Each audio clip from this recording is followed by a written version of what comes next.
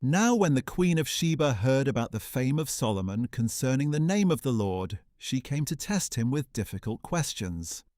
She arrived in Jerusalem with a very large caravan, with camels bearing spices, gold in great abundance, and precious stones.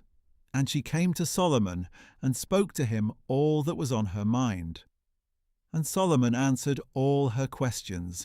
Nothing was too difficult for the king to explain.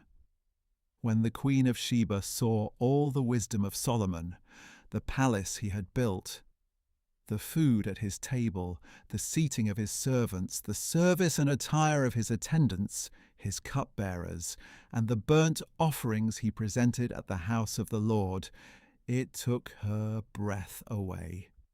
She said to the king, "The report I heard in my own country about your words and wisdom is true. But I did not believe these things until I came and saw with my own eyes. Indeed, not even half was told to me. Your wisdom and prosperity have far exceeded the report I heard. How blessed are your men!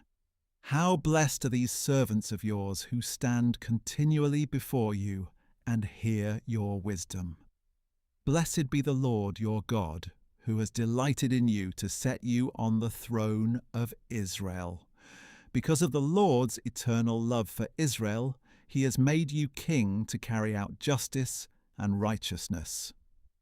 Then she gave the king 120 talents of gold, a great quantity of spices, and precious stones. Never again were spices in such abundance brought in as those the Queen of Sheba gave to King Solomon. The fleet of Hiram that brought gold from Ophir also brought from Ophir a great cargo of almug wood and precious stones. The king made the almug wood into steps for the house of the Lord, and for the king's palace, and into lyres and harps for the singers. Never before had such almug wood been brought in, nor has such been seen again to this day. King Solomon gave the Queen of Sheba all she desired, whatever she asked, besides what he had given her out of his royal bounty. Then she left and returned to her own country, along with her servants.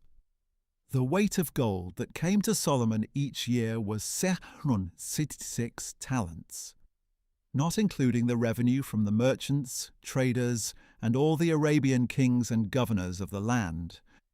King Solomon made 200 large shields of hammered gold.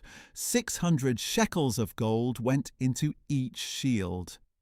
He also made 300 small shields of hammered gold. 3 minas of gold went into each shield, and the king put them in the house of the forest of Lebanon.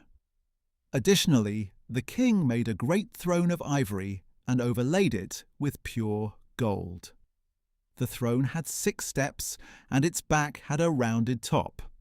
There were armrests on both sides of the seat, with a lion standing beside each armrest. 12 lions stood on the 6 steps, one at either end of each step. Nothing like this had ever been made for any kingdom. All King Solomon's drinking cups were gold, and all the utensils of the house of the forest of Lebanon were pure gold. There was no silver because it was accounted as nothing in the days of Solomon. For the king had the ships of Tarshish at sea with Hiram's fleet, and once every 3 years the ships of Tarshish would arrive bearing gold, silver, ivory, apes, and peacocks. So King Solomon surpassed all the kings of the earth in riches and wisdom. The whole world sought an audience with Solomon to hear the wisdom that God had put in his heart. Year after year, each visitor would bring his tribute, articles of silver and gold, clothing, weapons, spices, horses, and mules.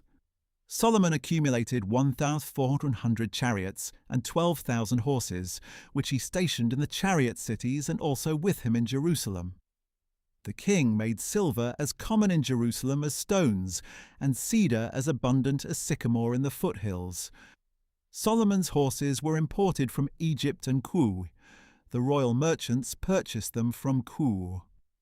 A chariot could be imported from Egypt for 600 shekels of silver and a horse for 150. Likewise, they exported them to all the kings of the Hittites and to the kings of Aram.